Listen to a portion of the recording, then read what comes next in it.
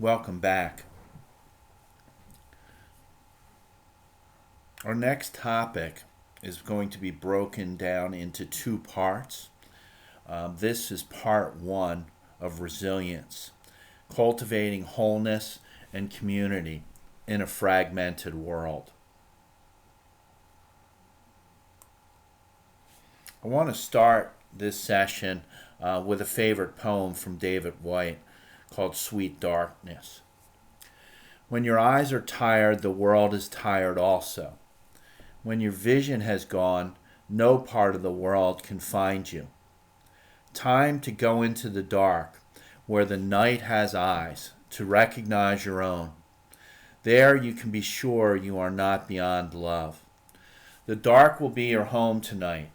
The night will give you a horizon further than you can see. You must learn one thing. The world was made to be free in. Give up all the other worlds except the one to which you belong. Sometimes it takes darkness and the sweet confinement of your aloneness to learn anything or anyone that does not bring you alive is too small for you.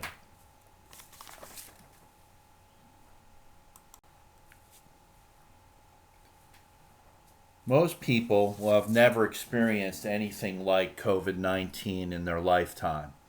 And although the world has experienced viral outbreaks before, such as the Spanish flu and the plague, it is very uncertain how communities will respond to the COVID-19 pandemic in the long term. COVID-19 presents a unique challenge as it is both natural and human in character. The threat of the virus is also invisible.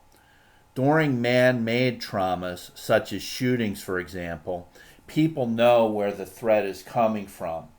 But people infected with COVID-19 may be asymptomatic and can potentially infect friends and loved ones. With COVID-19, everyone is a threat. COVID-19 is unprecedented in scale, impacting communities, health systems, and economies across the globe. This makes it much harder for communities to rally together and support those in need. As of this broadcast, May 1st, here is the worldwide statistics on the coronavirus. Worldwide, there have been over 3 million cases, and that continues to increase. So far, worldwide, there have been over 230,000 deaths, and over 1 million people have recovered worldwide to date.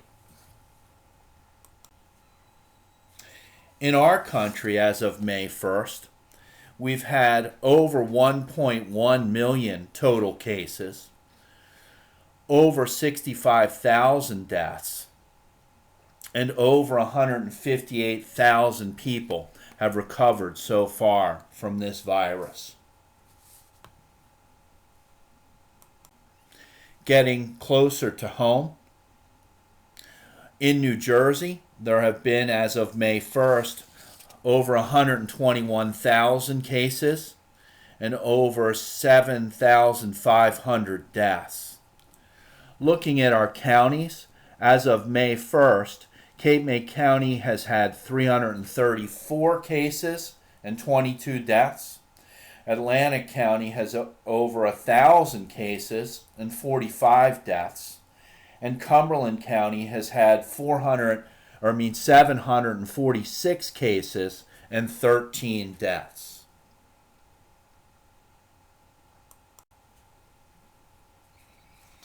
Our resiliency teams are familiar with the pair of ACEs.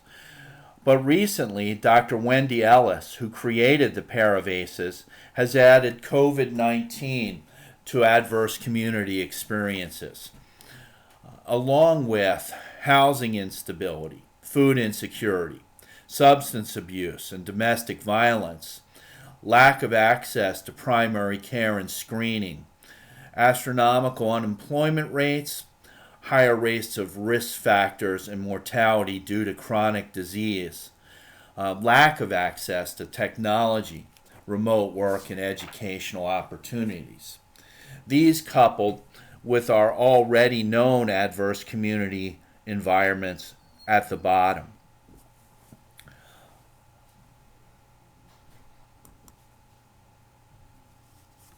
Researchers are warning that the coronavirus pandemic could inflict long-lasting emotional trauma on an unprecedented global scale. They say it could leave millions wrestling with debilitating psychological disorders while dashing hopes for a swift economic recovery. The director of trauma and post-traumatic stress disorder at New York State Psychiatric Institute and professor of psychology at Columbia University Medical Center puts it this way: the scale of this outbreak as a traumatic event is almost beyond comprehension.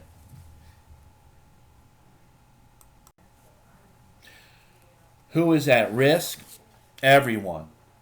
Within the general public, including those who never acquire the virus, the overall lifestyle change and the fear that we are managing on a daily basis will lead to a trauma response globally.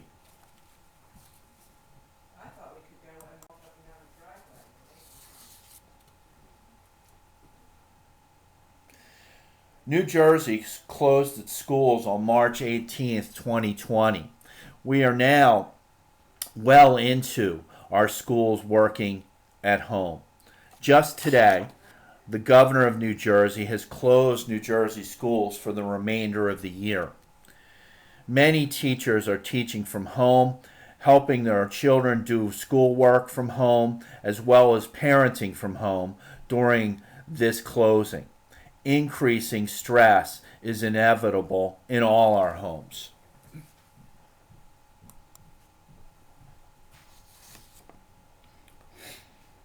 Often, school is a place of safety for our most vulnerable children and youth. Entire families are sheltered at home, often in very close quarters. Anxiety about health, education, and finances is high. Many families are experiencing toxic levels of stress. Children aren't seeing their teachers, their counselors, and other supportive adults who provide buffer from the stress in their lives.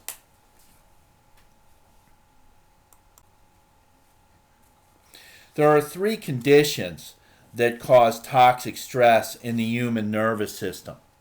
These include isolation, chronic unpredictability, and restraint or lack of movement.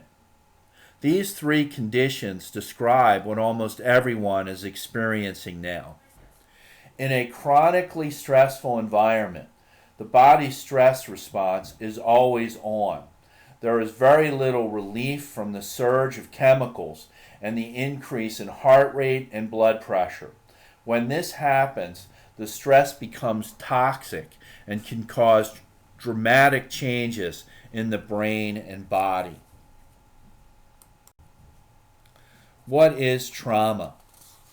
Trauma is a commonly used word that people often use to convey their emotional experience of a highly stressful and shocking event. While traumatic events are incredibly stressful and shocking, they become trauma when a person's ability to cope is compromised.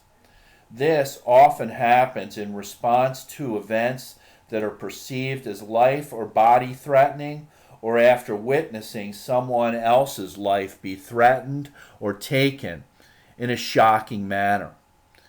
According to Dr.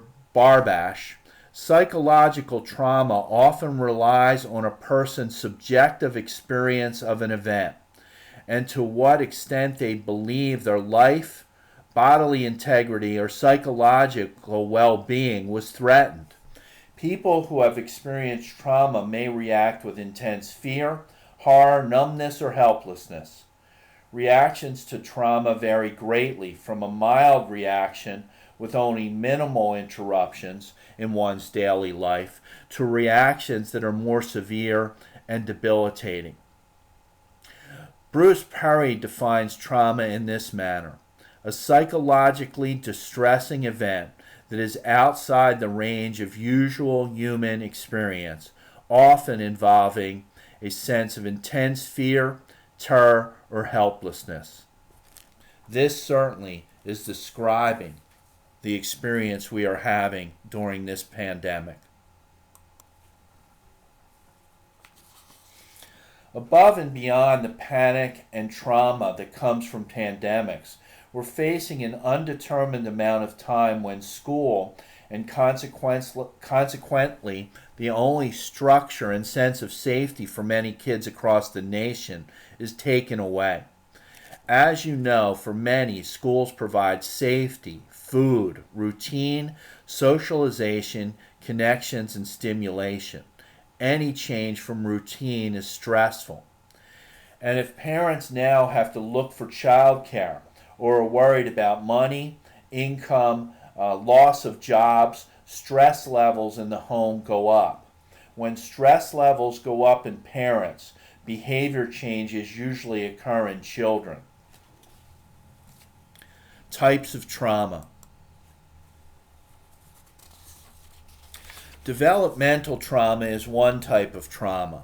This is what we have been really focusing on prior to this pandemic. It is defined as complex developmental trauma. Occurs when children experience multiple, chronic, and prolonged developmentally adverse traumatic events, most often of an interpersonal nature and with early life onset. Because the trauma is sustained and occurs in childhood, the impact on development is more pervasive than with acute trauma. These children exhibit a more pronounced deficit in developmental brain-based stress responses. Developmental trauma is what we have really been focusing on with our resiliency teams. But today I want to shift the type of trauma we're actually experiencing with this event. It is acute trauma. Children who have experienced or witnessed a single traumatic episode. Acute traumatic stress is caused by an individual's subjective experience of an extreme traumatic event, which can lead to extreme stress that inhibits a person's ability to cope. That event that is currently happening is this worldwide pandemic. There is no clear division between a person's stress and trauma. However, we know that stress can lead to trauma, which leads to adaptations or may develop into post-traumatic stress disorder. Their symptoms may include certainly difficulty with focus and attention, problems with concentration, hypervigilance, feelings of helplessness, and often night terrors.